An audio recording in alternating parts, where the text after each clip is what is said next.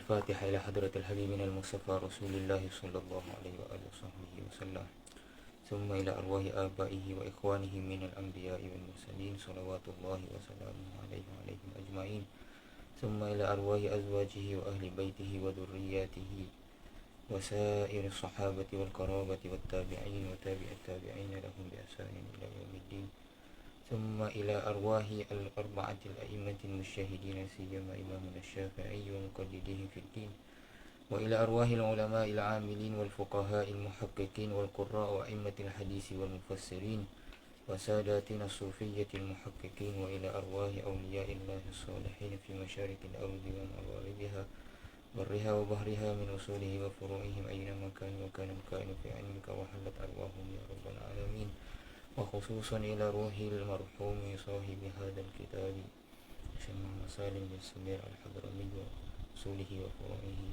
وإلى أرواح مشايخنا ووالدينا ومشايخكم ووالديكم وجميع المسلمين والمسلمات والمؤمنين والمؤمنات. شيء لله تعالى لهم الفاتحة.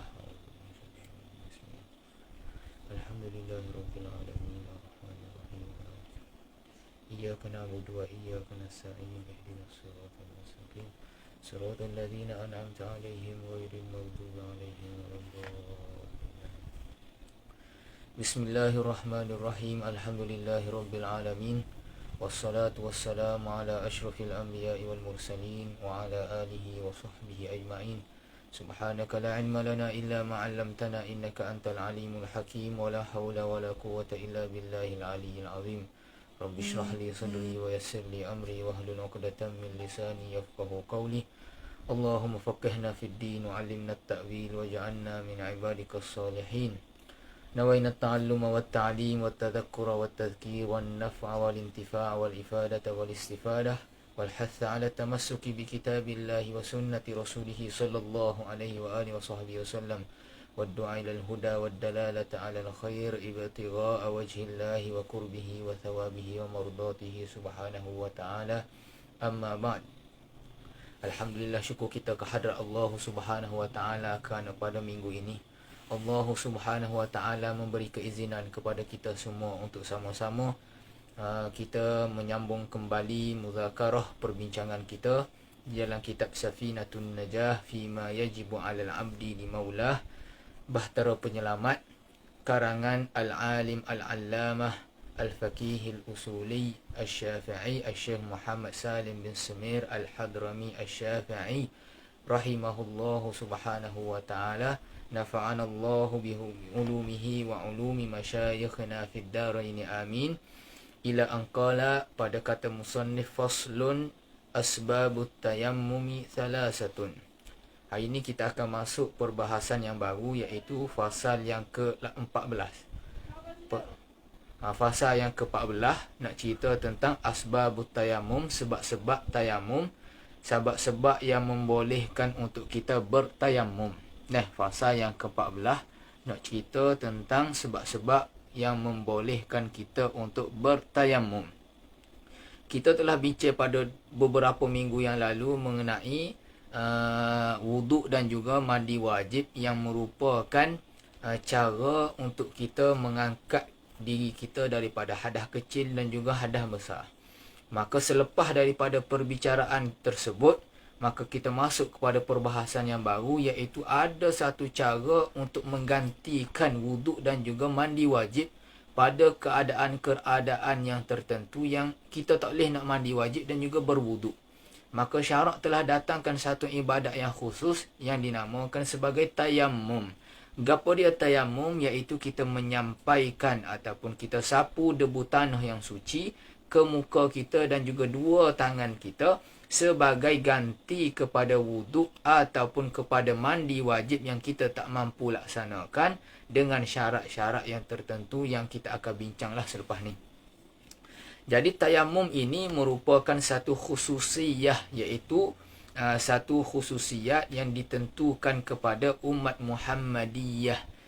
Kita kena rasa bersyukur kepada Allah Subhanahu wa taala, kita ni jadi umat Nabi Muhammad sallallahu alaihi wasallam. Kerana kemuliaan yang ada pada Nabi Muhammad sallallahu alaihi wasallam yang mana menyebabkan kita umat dia pun menerima kelebihan dan juga faedah yang amat banyak.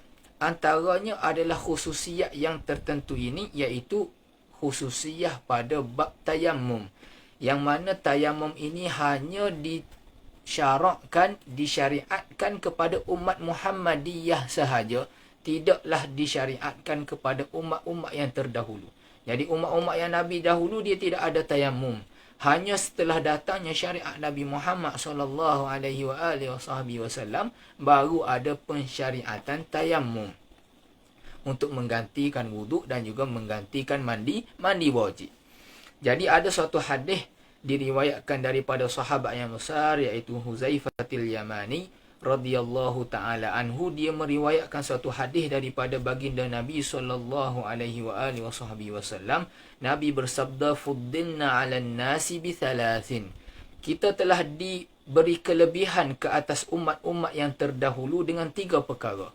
Nabi mengkhabarkan kepada para sahabat bahawa kita ni, umat Nabi ni, diberi kelebihan 3 perkara yang tidak ada pada umat-umat yang terdahulu. Ini berdasarkan hadis inilah. Ada hadis-hadis yang lain, banyak lagi lah khususiat, kelebihan yang diberikan oleh Allah Subhanahu Wa Taala kepada umat Muhammadiyah. Akan tetapi dalam hadis ini Nabi cerita, kita ni diberi kelebihan oleh Allah Subhanahu Wa Taala berbanding umat-umat terdahulu dengan 3 perkara. Gapa dia? Nabi SAW bersabda, "Ju'ilat sufufuna ka sufufil malaikah." Dijadikan barisan-barisan kita di dalam semaya ni serupalah dengan barisan-barisan para malaikat. Maka para ulama menyatakan, antaranya dikatakan bahawa serupa tadi tu dalam bab lagu mana? Antaranya dalam bab semaya. Dengan maksud bila mana kita semaya, kita merapatkan saf dan kita memenuhkan bahagian hadapan dahulu. Bila penuh barulah kita bina saf yang kedua, begitulah saf yang ketiga. Maka cara kita bina saf itu sama dengan cara binaan saf para malaikat dalam ibadat mereka. Ada setengah ulama yang lain persamaan tadi pada bab ma'rakah, iaitu peperangan. Jadi kita perang ni samalah susunan kita sebagaimana susunan para malaikat di hadapan Allah Subhanahu Wa Taala. Yakni di hadapan rahmat Allah Subhanahu Wa Taala. Malaikat bila mana berada di syurga, mereka beratur tu serupa dengan kita beratur di dunia ni. Dan antara ulama-ulama yang lain ada banyak lagi lah tafsiran. Serupanya samanya sufuf, iaitu aturan barisan kita dengan barisan para malaikat. Cuma nak ceritanya, sufuf barisan semaya kita ni adalah satu kelebihan yang tidak ada pada umat-umat yang terdahulu. Yang keduanya, waju'ilat lanal ardu kulluha masjida. Dijadikan bagi kita ini bumi itu keseluruhannya untuk tempat kita boleh sujud kepada Allah Subhanahu Wa Taala. Yakni kita boleh nak semaya di mana-mana tempat di muka bumi ini, tidak dikhususkan pada tempat-tempat yang tertentu sebagaimana umat-umat yang terdahulu. Kita tengok pada umat-umat Nabi yang terdahulu, bahkan para Nabi sekalipun, mereka hanya boleh beribadat apabila mereka sampai di mihrab mereka. Adapun di tempat-tempat yang lain, mereka tidak boleh untuk beribadat, bertakarrub kepada Allah Subhanahu Wa Taala. Bahkan umat mereka hanya boleh beribadat pada tempat-tempat ibadat, kanisah dan juga ma'bad mereka. Akan tetapi kelebihan yang ada pada umat Nabi kita Muhammad sallallahu alaihi wasallam ini, kita boleh nak sembahyang, nak beribadat, nak sujud kepada Allah Subhanahu Wa Taala pada mana-mana tempat di muka bumi ini tanpa ada pengecualian. Yakni contohnya kita nak semaya di tepi jalan boleh kita nak semaya, kita nak semaya di rumah boleh, kita nak semaya di padang tak ada masalah, tidak tertentu pada masjid ataupun di surau. Cuma adalah pengkhususan di dalam hadis yang lain, ada larangan daripada syarak untuk kita sembahyang pada tempat-tempat yang keji, misalnya di tandas ataupun tempat pelihara binatang-binatang ternakan, tempat-tempat yang kotor, maka di situ tidak digalakkan untuk kita sembahyang. Akan tetapi secara umumnya dinyatakan dalam hadis ini, kita dibolehkan untuk sujud beribadat kepada Allah Subhanahu Wa Taala pada mana-mana muka bumi yang Allah Taala telah jadikan kepada umat manusia. Dan yang ketiganya, waju'ilat turbatuha lana tahuran idza lam najidil ma'a. dan dijadikan debu tanah yang ada pada muka bumi tadi dikatakan suci untuk kita jadikan sebagai bahan untuk kita bertayamum sekira mana kita tidak mendapati ada air. Jadi ketiga-tiga ini merupakan satu khususiyah yang diganjarkan oleh Allah Subhanahu wa taala kepada umat Muhammadiyah. Hadis ini diriwayatkan oleh Imam Muslim. Boleh tengoklah syarahan yang amat panjang di dalam hadis tersebut. Jadi nak ceritanya bahawa tayamum ini merupakan khususiyat kepada umat Nabi Muhammad sallallahu alaihi wasallam dan ianya merupakan satu rukhsah secara mutlak atas pendapat yang muktamad. Dengan maksud dia bukanlah azimah, yakni ibadat yang dijadikan pada permulaan. Akan tetapi ia merupakan satu keringanan kepada umat. Apabila kita tak mampu nak laksanakan wuduk ataupun mandi wajib, maka kita boleh untuk kita buat tayamum. Maka itu dengan makna rukhsah, iaitu keringanan. Jadi apabila disebut sebagai rukhsah, keringanan, maka ia memerlukan syarat-syarat yang lebih ketat berbanding apa yang disyaratkan pada azimah. Maka sebab itulah kita akan lihat pada perbahasan lepas ni, ada syarat-syarat yang tertentu yang tidak ada pada wuduk tetapi disyaratkan pada tayamum. Dan ianya boleh dikatakan sebagai detail sedikit dan lebih syadid, lebih ketat berbanding apa yang ada pada wuduk. Baik, musannif rahimahullahu subhanahu wa ta'ala, pengarang telah menyatakan pada katanya asbabut tayammumi thalathatun. Sebab-sebab yang membolehkan seseorang itu untuk bertayamum ada 3 perkara. Di sini kita boleh lihat bahawa tayamum hanya boleh dilaksanakan apabila ada sebab-sebab tertentu. Adapun kalau tidak ada sebab-sebab yang dinyatakan di sini, kita tidak boleh untuk melaksanakan tayamum sebagaimana yang telah saya nyatakan, kerana tayamum ini merupakan satu rukhsah. Maka rukhsah apabila untuk kita nak laksanakannya memerlukan syarat-syarat yang tertentu. Jadi ada 3 sebab yang dinyatakan oleh musannif.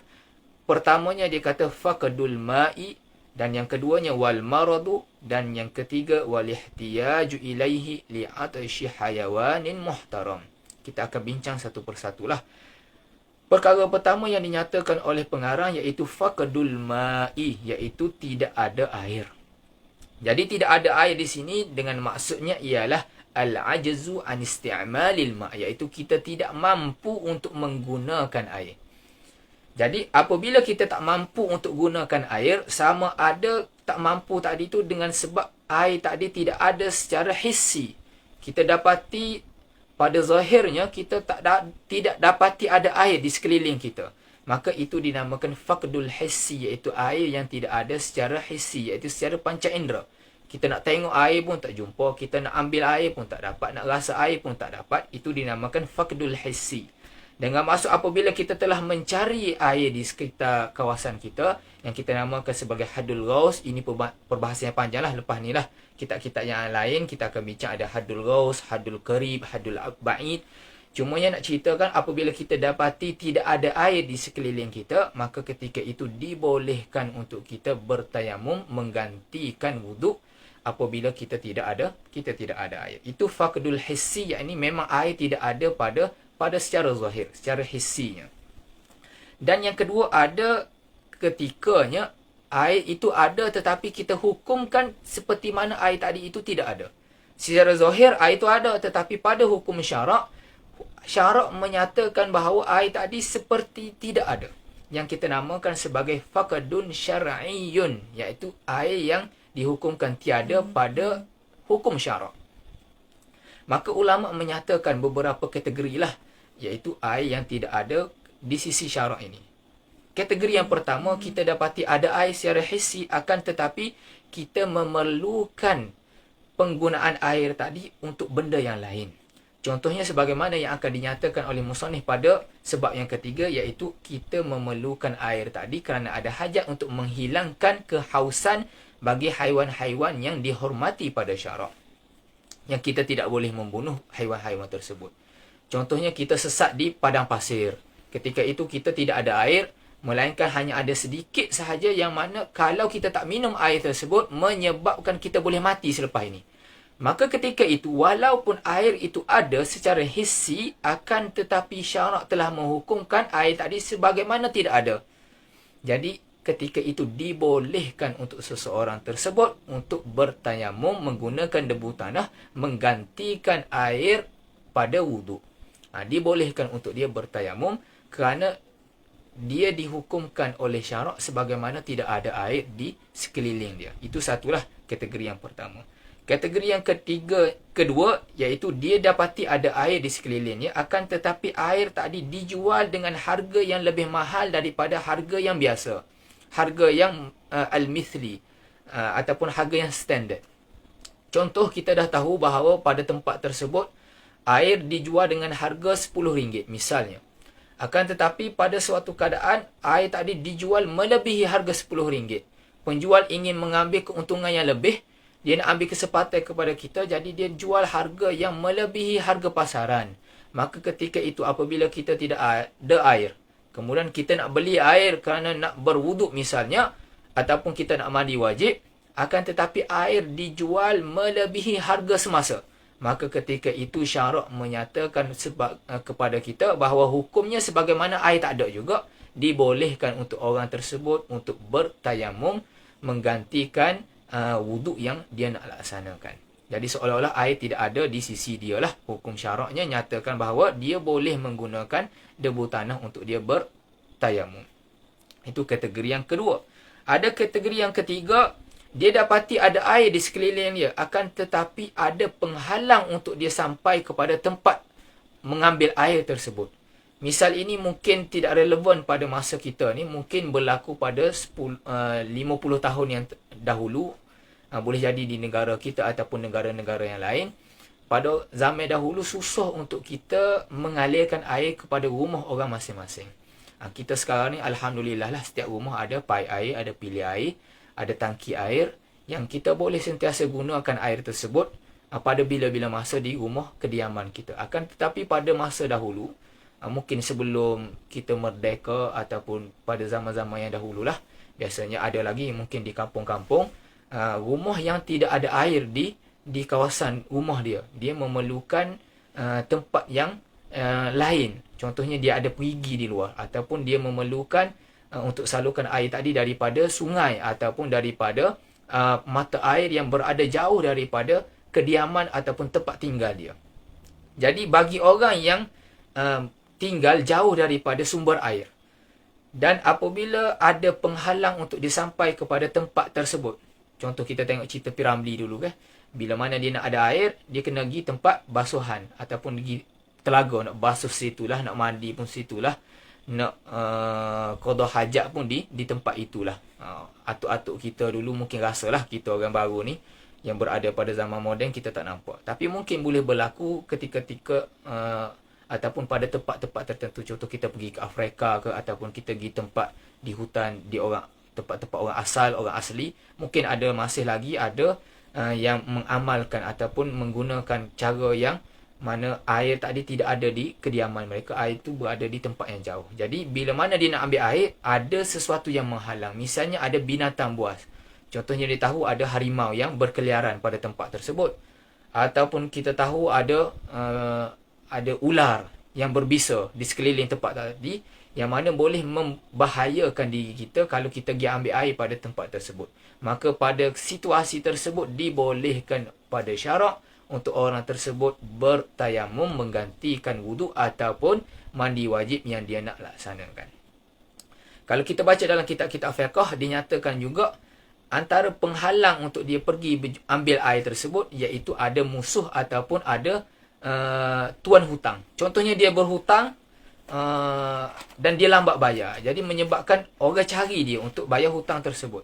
Jadi kalau dia keluar rumah untuk pergi ambil air pada kolam ataupun pada perigi tersebut, menyebabkan orang jumpa dia dan orang akan cari dia, ataupun orang boleh bunuh dia, ataupun orang boleh tangkap dia, maka ketika itu dibolehkan pada syarak untuk dia tidak keluar daripada rumah, untuk dia bertayamum di rumahnya, walaupun dia tidak ada air, digunakan debu tanah untuk bertayamum. Itu kategori yang ketiga lah. Dan kategori yang keempat, dia dapati ada air di sekelilingnya, akan tetapi dia khawatiri ataupun dia takut bahawa dia boleh menghasilkan penyakit sekiranya dia menggunakan air tersebut. yang mana kita akan bincanglah pada perbahasan yang selanjutnya. Cuma itu semuanya dimasukkan dalam kategori faqdul ma, iaitu air yang tidak ada. Ya, tidak ada air. Jadi tak ada air tadi itu sama ada secara hissi ataupun secara syar'i. Jadi secara hissi kita boleh nampak secara jelas lah air memang tidak ada. Contohnya air terputus ataupun memang tempat kita ni memang tempat yang kering, memang kita dapati memang tidak ada air. Itu satu keadaan. Ada keadaan kedua, kita dapati ada air di sekeliling kita tetapi kita tak dapat nak gunakan air tersebut kerana syarak membenarkan ada kelonggaran pada syarak untuk kita tidak gunakan air tersebut. Maka ketika itu dibolehkan untuk kita bertayamum. Cuma detail bagi ahkam menggunakan air, menggunakan debu tanah pada tempat-tempat ni, contohnya kena qada ataupun sebagainya, insya-Allah lah kita akan bincangkan pada perbahasan kitab-kitab yang lebih besar lah. Kitab kita ni hanya membicarakan tentang perkara yang asal saja. Saya melihat tidak sesuai lagi lah untuk saya bincangkan pada sesi kali ini. Kemudian asbab yang ketiga, sebab yang kedua dia kata wal maradu, iaitu sakit. Jadi secara khulasahnya, apabila seseorang itu sakit, dia dibenarkan untuk bertayamum. Cuma kita kena lihat secara insaf bahawa tidak semua sakit itu membolehkan untuk seseorang itu bertayamum. Para ulama telah meletakkan beberapa dawabit, beberapa syarat ataupun beberapa kriteria yang membolehkan seseorang apabila dia sakit, dia boleh menggunakan debu tanah untuk bertayamum, dia tidak perlu menggunakan air. Dan apa yang kami pelajari daripada para masyayikh, daripada tuan-tuan guru, daripada para asatizah, daripada kitab-kitab fiqh asy-Syafi'iyah, kami dapat simpulkan hukum hakam tentang tayamum ketika mana seseorang itu sakit ada 3 lah secara ijmalnya. Pertama, ada hukumnya adalah wajib, iaitu wajib apabila seseorang itu sakit untuk dia bertayamum. Bila keadaan tersebut, iaitu apabila seseorang itu takut ataupun khawatiri apabila dia menggunakan air itu memboleh menjejaskan nyawa dia, boleh memudaratkan nyawanya. Ini benda yang syadid sikit lah. Maksudnya apabila dia guna air boleh menyebabkan nyawa dia tu melayang. Mungkin ada penyakit-penyakit yang memang kritikal, apabila dia menggunakan air pada anggota tubuh badan dia, menyebabkan badan dia itu terbakar ataupun dia boleh hilang nyawa dengan sebab dia guna air tersebut. Maka ketika itu wajib untuk dia bertayamum, haram dia menggunakan air kerana boleh menghilangkan nyawa dia, dan wajib ketika itu untuk dia menjaga kulliyah, iaitu kulliyatun nafsi, untuk menjaga nyawanya, untuk dia beribadat, untuk dia meneruskan kehidupan dia. Jadi janganlah kita ni orang panggil semangat sangat, duk kata walaupun guna air tu boleh menyebabkan kita mati, kita nak guna juga air. Maka ketika itu syarak kata tidak. Kita kena ada kebijakan dalam kita beribadat, kena ada ilmu. Orang yang tidak ada ilmu dalam beribadat, dia ni akan menyebabkan kerugian. Kita tengok orang yang ada ilmu, mudah untuk dia laksanakan ibadat ataupun dia nak meneruskan kehidupan dia. Kita tengok orang yang tidak ada ilmu ni, walaupun dia acah-acah nampak dia ada ilmu, orang inilah yang kita akan dapati dia ni menyulitkan keadaan yang mana syarak telah bagi kelonggaran bagi dia. Sebab itu kita tengok dalam kitab Safwatul Zubat bagi Imam Ibn Ruslan, apa kata dia? Wa kullu man bi ghairi ilmin ya'malu a'maluhu mardudatun la tuqbal. Bagi orang yang beramal tanpa ada ilmu, amalan dia tadi itu ditolak dan juga tidak diterima. Kerana apa? Kerana ilmu itu adalah nur, ilmu itu adalah cahaya yang mana bagi menerangi jalanan dia. Jadi orang yang tidak ada cahaya nak jalani jalanan dia tadi, itu akan sesat walaupun dia rasa dia sampai. Jadi bagi orang yang tak ada ilmu, dia akan rasa susah lah. Benda yang tak sepatutnya dilaksanakan, dia laksanakan. Jadi sebagaimana yang kita nyatakan di sini, apabila seseorang itu dia ada risiko yang menyebabkan dia boleh mati sekiranya dia menggunakan air, maka ketika itu wajib untuk dia bertayamum. Dia tidak boleh gunakan air pada situasi tersebut. Itu hukum yang pertama lah, wajib ketika itu untuk dia bertayamum. Dan hukum yang kedua harus, ataupun kita namakan dalam istilah fiqhnya adalah mubah, iaitu apabila seseorang itu takut ataupun khawatir, boleh menghasilkan mahzuratut tayamum, perkara-perkara yang berisiko yang membolehkan untuk dia bertayamum. Maka ulama telah meletakkan dobit ataupun kriteria yang tertentu. Antaranya ialah seseorang itu boleh menambahkan sakit. Apabila seseorang itu boleh menambahkan sakit apabila dia menggunakan air, maka ketika itu dibolehkan dia untuk bertayamum. Itu satulah kriteria boleh menambahkan sakit. Kriteria yang keduanya iaitu melambatkan kesembuhan. Sekiranya dia guna air, menyebabkan penyakit dia tadi itu lambat sembuh, maka ketika itu dibolehkan untuk dia bertayamum. Itu dobit yang kedua. Dan dobit yang ketiga, hudusu syai'in fahishin fi udwin zahir, iaitu menghasilkan kecacatan ataupun aib yang melampau pada anggota yang zahir. Contoh, apabila seseorang itu menggunakan air pada anggota tubuh badannya, ianya boleh menyebabkan berlaku kecacatan pada anggota dia. Contohnya boleh menyebabkan anggota dia ni berubah daripada warna kulit putih jadi hitam, ataupun kulit dia tu hitam boleh jadi putih. Dengan sebab kita guna air, berlaku kecacatan pada tubuh kita. Contohnya boleh menyebabkan jadi luka ataupun menjadi parut pada anggota tubuh badan kita apabila kita guna air. Maka ketika itu diharuskan untuk kita bertayamum. Dibolehkan untuk kita bertayamum. Dan yang keempat, kita boleh menghilangkan manfaat bagi anggota. Sekiranya seseorang itu menggunakan air yang mana menyebabkan anggota dia tadi itu hilang manfaat. Contoh, sekiranya dia gunakan air pada tangan dia, menyebabkan tangan dia boleh jadi lumpuh. Maka ketika itu harus dia menggunakan debu tanah untuk dia bertayamum menggantikan air. Jadi kriteria yang dinyatakan oleh para ulama iaitu satunya bertambah sakit. Yang kedua melambatkan kesembuhan. Yang ketiga menyebabkan berlaku kecacatan yang melampau pada anggota tubuh badannya yang zahir. Dan yang keempat menyebabkan dia ni hilang manfaat tubuh badannya. Jadi 4 kriteria ini kita guna pakaikan pada mana-mana penyakit yang dinyatakan ataupun yang telah dikonfirmasikan oleh tabib ataupun doktor yang ada kelayakan. Sekiranya doktor kata awak ni ada penyakit yang menyebabkan anggota awak boleh hilang manfaat sekiranya kamu guna air, maka ketika itu kita kena guna tayamum. Kita dibolehkan untuk bertayamum, kita tak guna air. Jadi semua yang kita nyatakan tadi, dia hendaklah bersandarkan kepada kelulusan ataupun pengiktirafan daripada tabib yang siqah, iaitu doktor ataupun orang yang mempunyai kepakaran ataupun kemahiran dalam bab tersebutlah. Maksudnya kita jumpa doktor lah. Adapun diri kita sendiri, kita rasa-rasa itu tidak diberi iktibar. Ataupun pada tajribah, iaitu pada pengalaman ataupun secara latihan, eksperimennya ataupun pengalaman lah.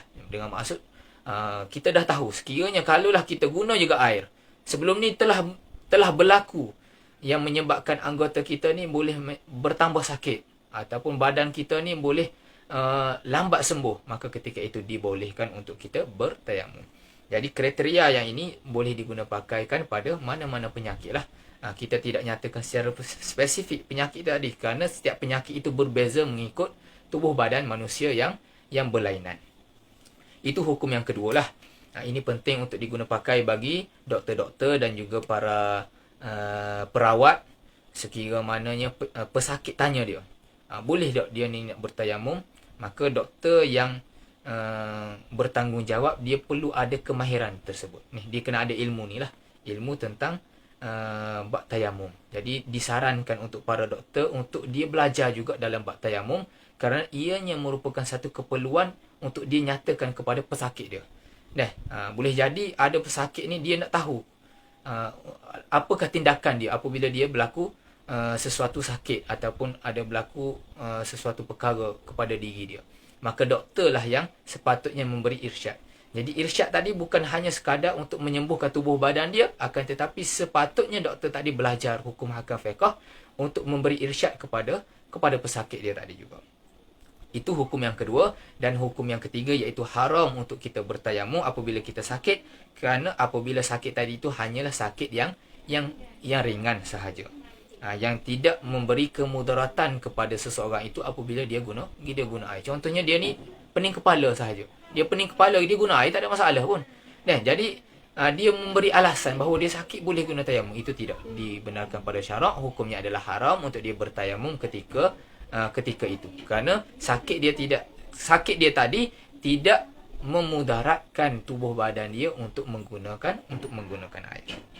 Baik, itulah khulasahnya yang apa yang kami belajar daripada guru-guru kami. Ada 3 hukum untuk seseorang itu apabila dia sakit, dia dibolehkan untuk bertayamum. Cuma ada perbahasan apabila seseorang itu berbalut, contohnya dia kena simen bila dia ni aksiden ataupun patah tangan, itu insya-Allah lah kita akan bincang pada perbahasan yang selanjutnya lah, pada kitab-kitab yang lebih detail lah. Kena belajar banyak lagi lah gitu. Cuma ada satu masalah apabila seseorang itu dia sakit, kemudian dia ada keraguan, adakah sakit dia tadi itu boleh menyebabkan kemudaratan pada tubuh badan dia ataupun tidak. Yang menyebabkan boleh dia guna tayamum ataupun tidak. Dia jadi keraguan. Dia kata, aku sakit ni boleh tayamum ataupun tidak. Maka ketika itu, di sisi Imam Ibn Hajar Al-Haytami, dia membolehkan untuk orang tersebut untuk bertayamum, akan tetapi dia kena qada baliklah sembahyang dia. Tetapi itu di sisi Imam Ibn Hajar. Akan tetapi di sisi Imam Muhammad Ramli, Al-Jamalil Ramli, dalam kitabnya Nihayah, dia menyatakan bahawa tidak harus bagi seseorang tersebut untuk bertayamum. Kerana kita telah nyatakan tadi, sandaran untuk penyakit tadi mesti mendapat perkhabaran ataupun pengesahan daripada tabib yang siqah, iaitu doktor yang dipercayai, yang ada kepakaran. Jadi kalaulah kita hanya rasa-rasa dalam diri kita, di sisi Imam Muhammad Ramli tidak membolehkan seseorang itu untuk bertayamum, maka wajiblah untuk dia menanya dulu kepada tabib, barulah dia boleh bertayamum. Jadi kalau dia tak tanya, dia tidak mendapatkan pengesahan daripada orang yang khibrah, maka ketika itu tidak boleh untuk dia bertayamum. Jadi Imam Muhammad Ramli lebih ketatlah syarat dia berbanding apa yang disyaratkan oleh Imam Ibn Hajar Al-Haytami. Itu sebab yang kedua. Kemudian sebab yang ketiga dinyatakan oleh musannif rahimahullahu subhanahu wa ta'ala, wal ihtiyaju ilaihi li'atashi hayawanin muhtaram, iaitu air tadi diperlukan, ada hajat untuk menghilangkan haus bagi haiwan yang dimuliakan.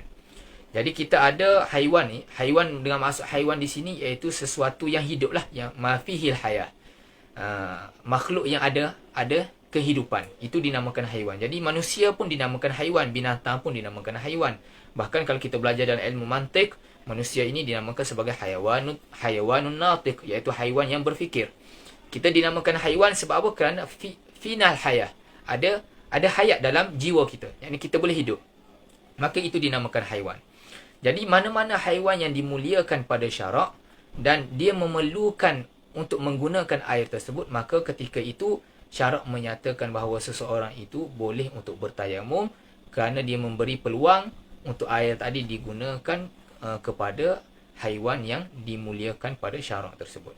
Jadi muhtaram di sini iaitu dengan maksud haiwan yang haram untuk kita bunuh, yakni dia mempunyai hurmah, ada kehormatan pada syarak yang diharamkan untuk kita bunuh. Sama ada haiwan di sini, haiwan muhtaram ini adalah manusia ataupun binatang. Jadi dia memerlukan air tadi untuk menghilangkan haus dia, yang boleh memudaratkan jiwa dia lah. Sama ada air tadi itu milik kita sendiri ataupun milik orang lain. Contohnya perbahasan di sini, contoh kita 2 orang, kita sesat di padang pasir yang menyebabkan kita tak jumpa ada air, melainkan ada air yang sedikit sahaja. Kitanya tidak memerlukan air tadi untuk minum. Kita ni memang tak dahaga lah, tak ada masalah. Cuma air tadi tu kita nak gunakan untuk sembahyang. Akan tetapi kawan kita tadi, dia dahaga yang amat sangat, yang menyebabkan kalaulah dia tidak minum air tersebut, menyebabkan dia boleh mati, ataupun dia ni menyebabkan mudarat pada tubuh badan dia. Maka ketika itu syarak menyatakan bahawa wajib, maka ketika itu wajib ketika itu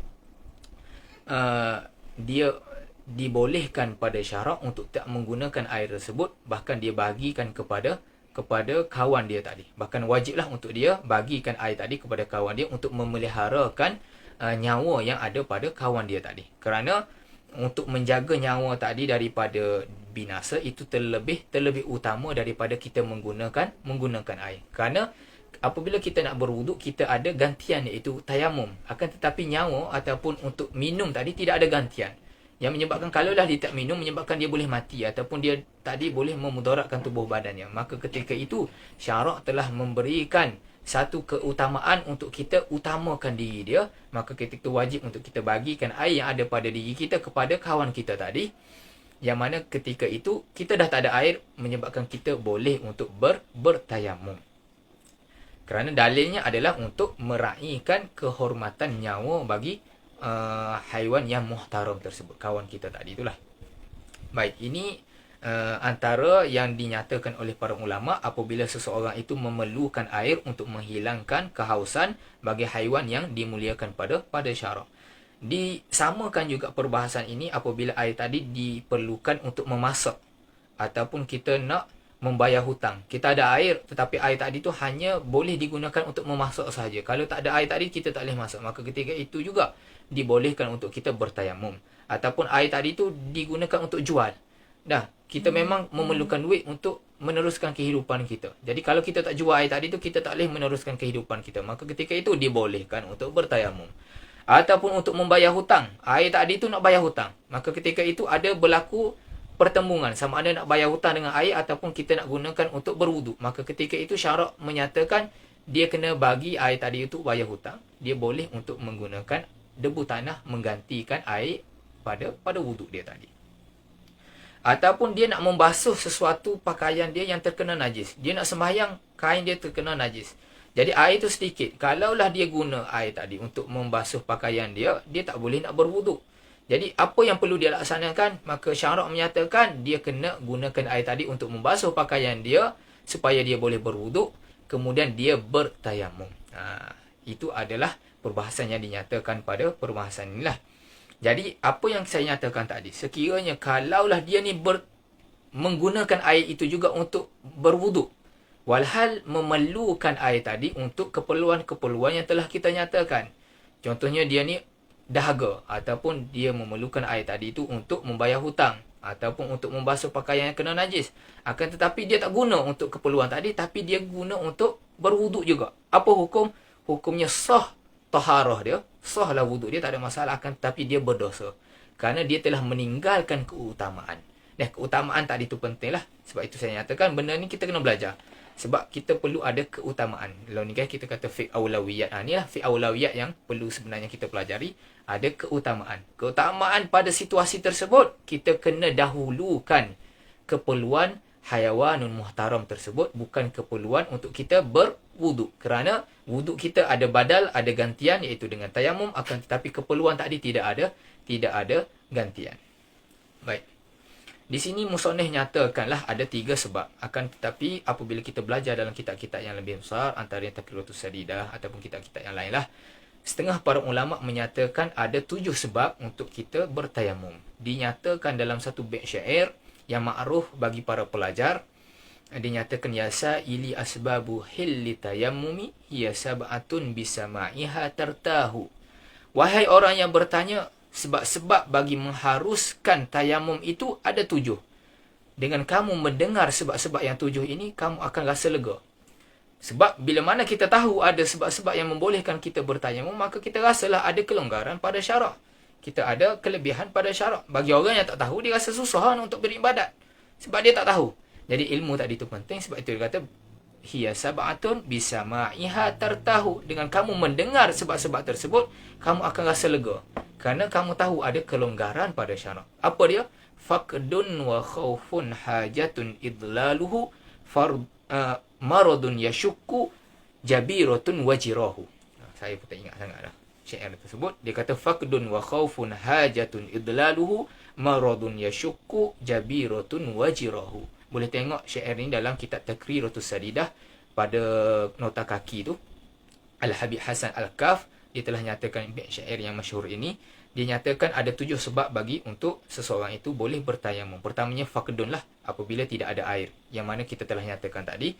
Yang keduanya khaufun, iaitu takut untuk menggunakan air. Sama ada takut tadi tu boleh menyebabkan sakit bagi diri dia, boleh menghilangkan manfaat, ataupun takut boleh memudaratkan nyawa dia kerana dia ni tadi berhutang misalnya, yang kita telah nyatakan. Yang ketiga hajatun, kerana ada hajat, contohnya kerana nak menghilangkan dahaga. Nah, kalau kita tak minum air tadi tu menyebabkan kita ni boleh dahaga yang boleh memudaratkan nyawa kita. Maka ketika itu kita minum air tadi itu, minum menghilangkan dahaga kita, dan kita bertayamum. Dan yang keempat idlaluhu, iaitu sesat. Contohnya kita sesat di padang pasir. Kita tak jumpa sumber mata air, maka ketika itu juga dibolehkan untuk seseorang itu bertayamum. Itu sebab yang keempat. Sebab yang kelima, maradun yasyukku, sakit yang memasyakkahkan, yang menyusahkan diri dia. Yang kita telah nyatakanlah tadi, ada 4 kategori sakit yang boleh membolehkan seseorang itu bertayamum. Dan yang keenam, jabiratun, seseorang yang ada balutan pada anggota wuduk dia. Itu juga dibolehkan untuk dia bertayamum, dan perbahasan itu panjanglah, kita akan nyatakan pada sesi yang akan lain. Dan yang ketujuh, jirahu, ada luka ataupun kecederaan pada anggota tubuh badan dia, yang menyebabkan kalaulah dia guna air tersebut, menyebabkan boleh bertambah sakit dia, boleh memudaratkan nyawa dia, boleh menyebabkan lambat kesembuhan pada anggota dia tadi, maka ketika itu dibolehkan untuk dia bertayamum. Ya sa'ili asbabu hilli tayammumi hiya sab'atun bisama'iha tertahu faqdun wa khawfun hajatun idlaluhu maradun yashukku jabiratun wajirahu. Cuma para ulama' menyatakan perkara yang sebenar pada hakikatnya yang membolehkan seseorang itu tayamum hanya ada satu. Khulasahnya, secara kesimpulan, yang dibolehkan untuk kita bertayamum hanya satu, iaitu kita tidak mampu untuk menggunakan air secara hissi ataupun secara syar'i. Jadi segala 7 sebab yang kita nyatakan tadi semua balik kepada satu sebab yang utama, iaitu ajzu an isti'malil ma'i hissan aw syar'an, iaitu kita tidak mampu untuk menggunakan air sama ada secara hissi ataupun secara syara'. Maka ketika itulah dibolehkan untuk seseorang itu bertayamum. Kemudian kata musannif rahimahullahu subhanahu wa ta'ala, setelah dinyatakan ada haiwan yang muhtaram, itu dibolehkan untuk kita gunakan air tadi untuk keperluan dia dan kita bertayamum. Maka timbul persoalan dalam benak fikiran kita, adakah haiwan yang tidak muhtaram? Adakah haiwan yang tidak boleh untuk kita hormati dia? Ya, dengan maksud kita boleh bunuh haiwan tersebut, kita boleh biarkan haiwan tadi itu mati. Kita tak perlu menghormati haiwan tersebut. Maka musannif datangkan pada kalam dia selepas itu, wa ghairul muhtarami sittatun.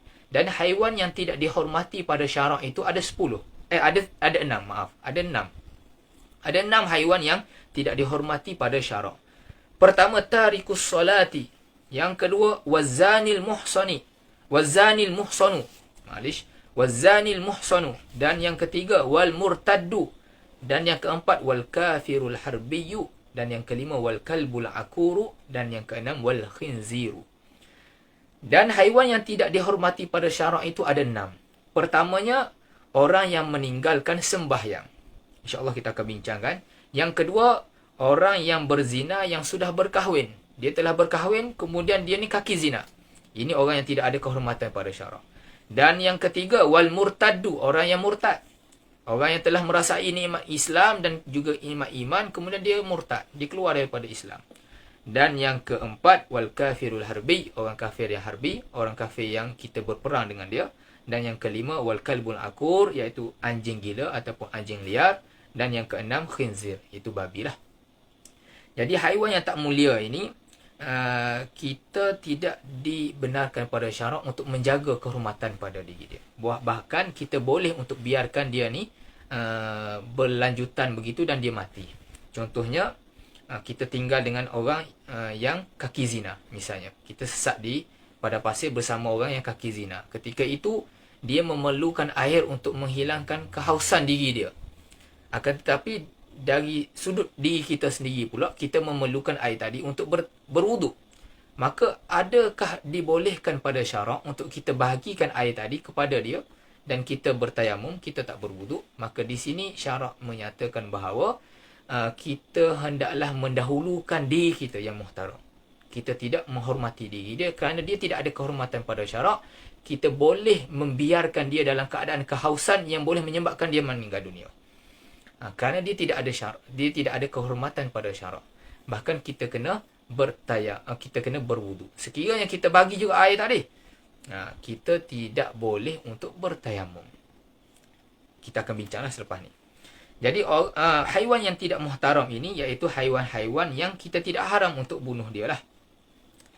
Yang kita nyatakan pertamanya, orang yang meninggalkan sembahyang. Ini orang yang meninggalkan sembahyang wajib ataupun dia tunaikan sembahyang wajib tadi dia di luar waktu dia. Dia semaya juga tapi di luar waktu dengan sebab malas ataupun orang itu dia menganggapkan sembahyang tadi tu remeh. Dan telah disuruh oleh para pemerintah ataupun hakim untuk dia bertaubat daripada melaksanakan perbuatan dia tadi tu. Jadi sama ada orang tadi tu memang dia tak sembahyang ataupun dia semaya juga tetapi di luar waktunya. Dan dia tidak rasa itu merupakan satu kesalahan. Maka bagi orang ini dinyatakan oleh para ulama, dia dikategorikan sebagai individu yang tidak dihormati pada syarak.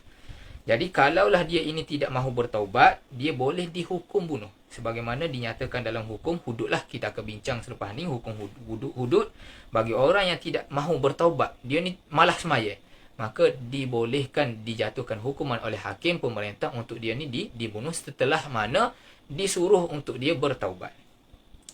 Dan kalaulah dihukum bunuh bagi mereka ini, yang mana dia tak boleh taubat juga, sebab dia tak boleh sembahyang. Tapi dia tidak mengingkari kewajipan sembahyang, tetapi dia malah. Kemudian disuruh bertaubat. Kemudian bersuruh bertaubat. Kemudian dihukumkan bunuhlah pada akhirnya. Kalaulah kita tatbikkan hukum hudud yang kita akan bincangkan selepas ini, maka dia masih lagi dianggap seorang yang Muslim, diwajibkan untuk kita mandikan jenazah dia, kita kena kafankan dan kita kuburkan pada perkuburan orang Islam. Ini bagi orang yang meninggalkan sembahyang dalam keadaan dia menganggap sembahyang tadi tu malas ataupun secara remeh. Akan tetapi bagi mereka yang mengingkari kewajipan sembahyang, yang mana kita telah nyatakan pada perbahasan yang lalu, dia dihukumkan sebagai orang yang murtad. Jadi hukum orang murtad, kita tidak hukumkan dia sebagai orang Islam. Kita tak wajib untuk mandikan dia, kita tak wajibkan kafan dia, kita tak wajibkan untuk solat, dan kita tak boleh nak tanam dia dalam perkuburan orang Islam. Cuma hukum yang kita nyatakan tadi, sebagaimana dinyatakan dalam kitab Nailur Rajak, bagi orang yang meninggalkan sembahyang di sini, dia tidak ada kehormatan pada syarak. Jadi kalaulah pada situasi kita berada dengan orang yang meninggal sembahyang, kita tahu dah dia ni jenis orang yang kaki tinggal sembahyang. Di padang pasir misalnya, dia memerlukan air, kita memerlukan air juga untuk berwudu. Maka ketika itu kita tidak ada keperluan untuk bagi air tadi kepada diri dia lah. Kita boleh gunakan air tadi untuk keperluan diri kita untuk berwuduk. Cuma dari segi kemanusiaan kita ada masalah lah kalau kita nak bagi juga kepada dia dengan harapan kalaulah dia tadi tu boleh bertaubat, maka itu tak ada masalah. Cuma kalaulah kita tak bagi kepada dia sekalipun, kita tak dianggap berdosa. Kita tidak dianggap orang yang bersalah yang menyebabkan dia mati. Itu poin yang saya nak nyatakan. Bukan nak kata jangan bagi air kepada orang tak semaya, itu tidak. Cuma nak katanya, kalau kita tak bagi air kepada orang tersebut, kita tidak dianggap salah. Kerana dia tidak ada kehormatan pada syarak. Itu orang yang pertama, tarikus solah. Cuma dinyatakanlah ada ada syarat-syarat untuk orang tadi dihukum bunuh tu yang dinyatakan dalam hukum hudud. Saya tak nyatakanlah di sini, boleh tengok dalam perbahasan yang lebih lanjut lah. Kemudian yang kedua, zanil muhsan, orang yang berzina yang sudah kahwin. Jadi dia ni orang yang berakal, dia ni baligh, dia orang merdeka, dia ni ikhtiar dia sendiri, dia telah berkahwin dan dia telah bersama dengan isteri dia. Tapi dia ni orang kaki zina. Maka orang ini jugalah tidak ada kehormatan pada syarak. Kalaulah kita berada dengan dia, kita boleh tinggalkan dia dalam kehausan sehingga dia boleh mati. Kita gunakan air tadi tu untuk diri kita. Dan yang ketiga, orang yang murtad. Itu orang yang telah merasai nikmat Islam, kemudian dia keluar daripada Islam, sama ada dengan perkataan dia, perbuatan dia ataupun pegangan dia yang boleh menyebabkan dia terkeluar daripada Islam. Yang ni orang yang mukallaf dan juga dia lakukan perbuatan tadi tu dengan rela hati dia tanpa ada paksaan, kemudian dia murtad. Maka ketika itu sekiranya kita sesat bersama orang murtad di padang pasir yang mana memerlukan dia air untuk menghilangkan kehausan diri dia yang boleh menyebabkan dia mati, maka ketika itu kita dibolehkan pada syarak untuk membiarkan air tadi untuk kegunaan diri kita. Kita tak bagi kepada orang murtad tadi, dan kita tidak dianggap berdosa lah kalaulah dia mati sekalipun. Cuma kalaulah boleh menyebabkan dia tadi tu bertaubat, kita bagi, maka digalakkan pada syarak untuk kita bagi air tadi untuk dia, digunakan air tadi untuk dia minum dan diberikan hidayah oleh Allah Subhanahu Wa Taala untuk masuk balik dalam agama Islam. Ni kena pandailah sikit untuk kita berdakwah kepada orang murtad tadi pada situasi tersebut. Dan kategori yang keempat iaitu al-kafirul harbi, orang kafir yang memerangi orang Islam dan kita boleh memerangi dia dan juga kita boleh bunuh dia kerana dia menyerang orang Islam, menyerang penganut-penganut agama Islam dan dia menjadi musuh agama Islam. Dan dia tidak ada perjanjian damai dengan orang Islam. Yang ni orang panggil kafirul harbi. Dia ada beberapa kategori lah orang kafir ni. Satunya kafir harbi, iaitu kafir yang kita berperang dengan dia. Yang satu lagi kafir dhimmi, iaitu kafir yang tinggal dan juga bernaung di bawah kerajaan Islam dan dia bayar jizyah, bayar cukai kepada pemerintah agama Islam. Yang ini kita tidak boleh, kita tak boleh bunuh dia. Maka kita kena hormati kafir dhimmi. Satu lagi kafir mu'ahad, iaitu kafir yang mempunyai perjanjian dengan orang Islam untuk tidak berperang dengan orang muslimin. Sama ada perjanjian tadi tu 4 bulan ataupun 10 tahun, kita bincanglah dalam kitab-kitab fiqh. Cuma dia ada perjanjian yang menyebabkan kita tidak berperang dengan dia, maka ketika itu juga orang ini kita ada kehormatan dengan dia. Kita kena hormat dia. Kita tak boleh nak bunuh nyawa dia. Dan yang ketiga ada kafirul mu'amman, iaitu orang kafir yang diberi perlindungan pada perlindungan orang Islam. Contohnya kita bagi dia ni perlindungan dalam bab visa misalnya untuk berada dalam negara kita. Diberi perlindungan dalam negara kita, kita namakan kafirul mu'amman. Jadi 3 kategori kafir, iaitu non-muslim lah mudahnya sama sekarang ni, orang kafir yang dhimmi, orang yang mu'ahad dan juga mu'amman. Itu dia ada hurmah, dia ada kehormatan pada syarak.